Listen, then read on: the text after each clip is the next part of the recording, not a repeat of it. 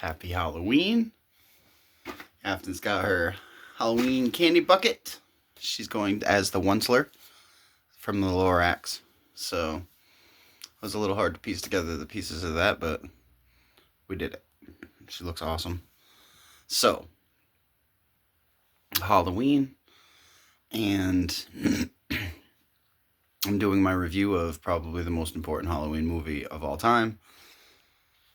Came out when I was -1. It's John Carpenter's Halloween. Now,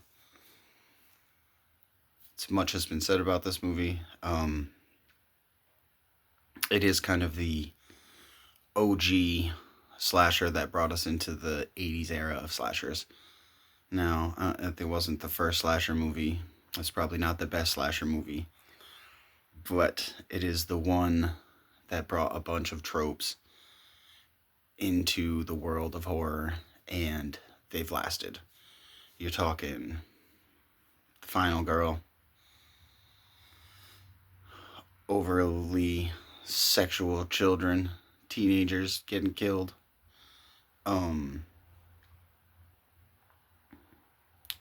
the impossible to kill slasher with no motive, who's just killing because he likes killing. The faint minimalist score being attached to the kills.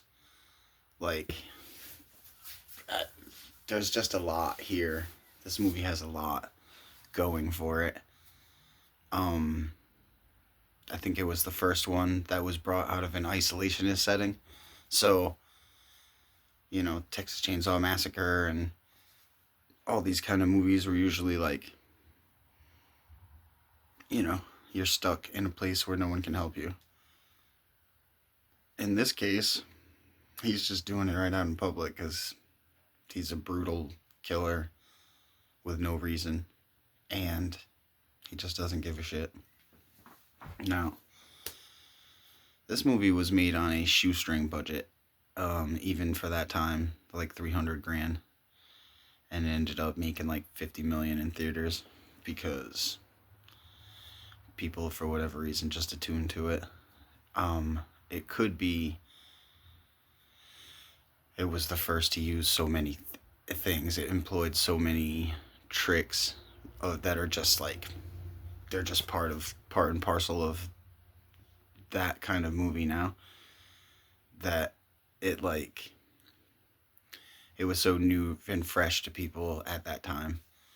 Now, the thing that I really noticed about this movie that I found to be cooler than I ever this was my best viewing of the movie Halloween, which I always thought was alright.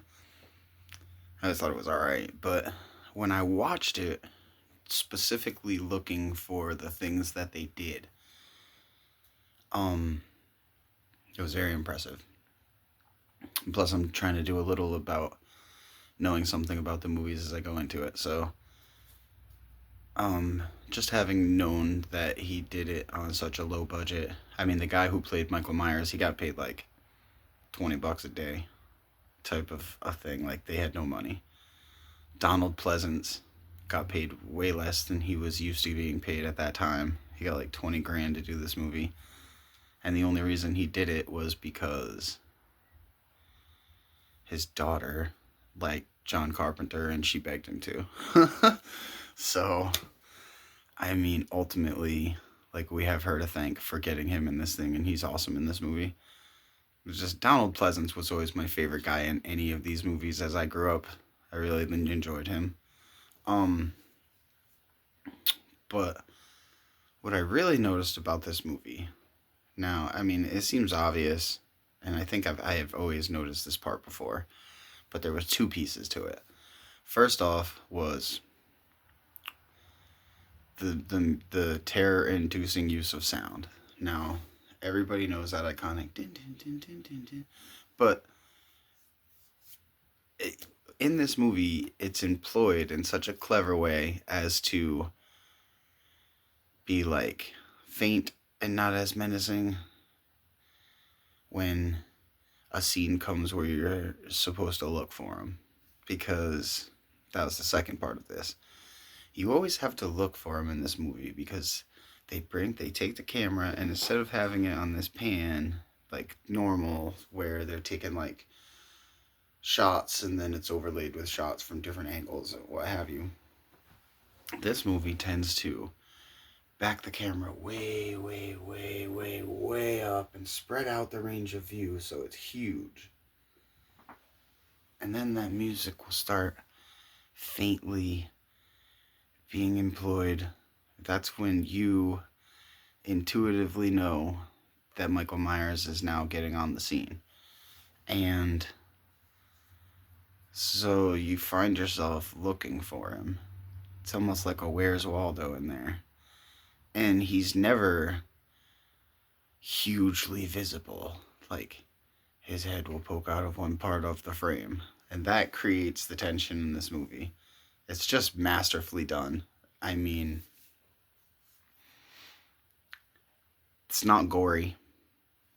And particularly, it's not a scary movie. But it's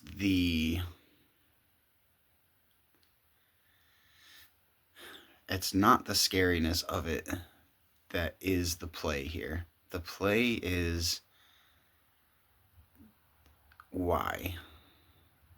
And the never answering of it. I mean, I think they try to at some point in later movies. I haven't watched all the Halloween movies that have been made. I think the last one I watched was like H2O or something. I don't know. That was in the 90s, 2000s. I never watched the Rob Zombie ones. I'm pretty sure I'll get around to it.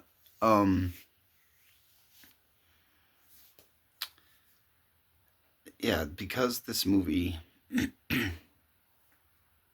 had so many firsts and was the first to employ basically a killer who has completely no motives. He wasn't raised in a sick family. He wasn't, they didn't count him as a mentally, challenged person or anything like that. He just was an evil fucking kid and he didn't have nothing to say about it. He's just gonna stab people to death because he feels like it. And that's it.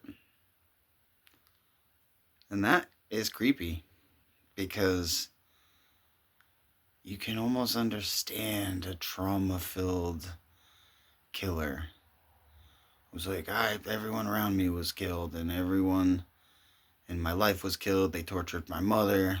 I'm back for revenge. Or, you get the I spit on your grave and it's like, these fuckers raped me. I'm killing them all. Or whatever the case may be, there's a lot of reasons why you might want to take revenge, and so that makes the character, if not, forgivable, it at least makes them understandable. Michael Myers is not understandable. He just went in, he was a little kid, he killed his fucking sister and her old man, and because he fucking, I don't even know if he wanted to or just felt compelled to. Like, you don't really know. And that ambiguity of the purpose of the killer is what made him iconic.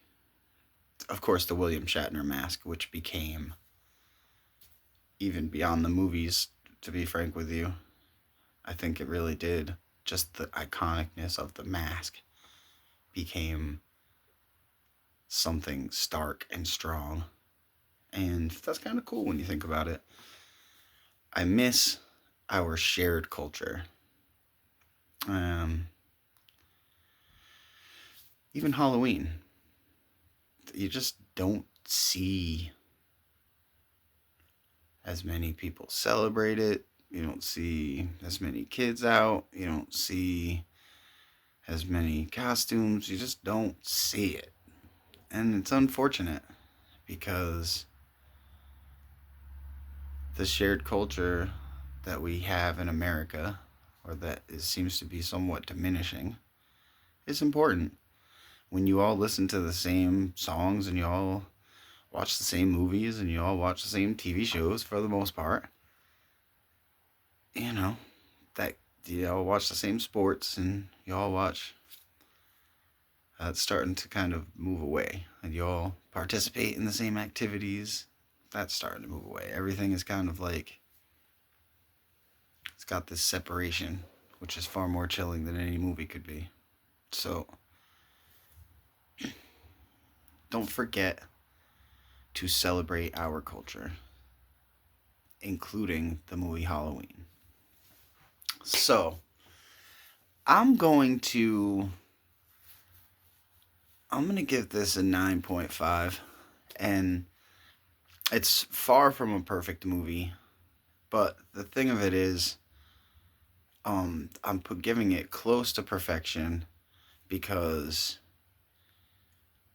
it's important in the lexicon of movie history, and it's important in the lexicon of American movie history, which matters to me. I'm an American. It doesn't matter more than some other movies may, but it does matter, and you matter. So take care of yourself, watch a couple films. Now that Halloween's over, I'm going to be shying away from horror movies for some time. Please give me ideas of comedies. I think I want to watch some comedies. I may have to go back in the well, start watching some nostalgic comedies. Grandma's Boy. Have a good day.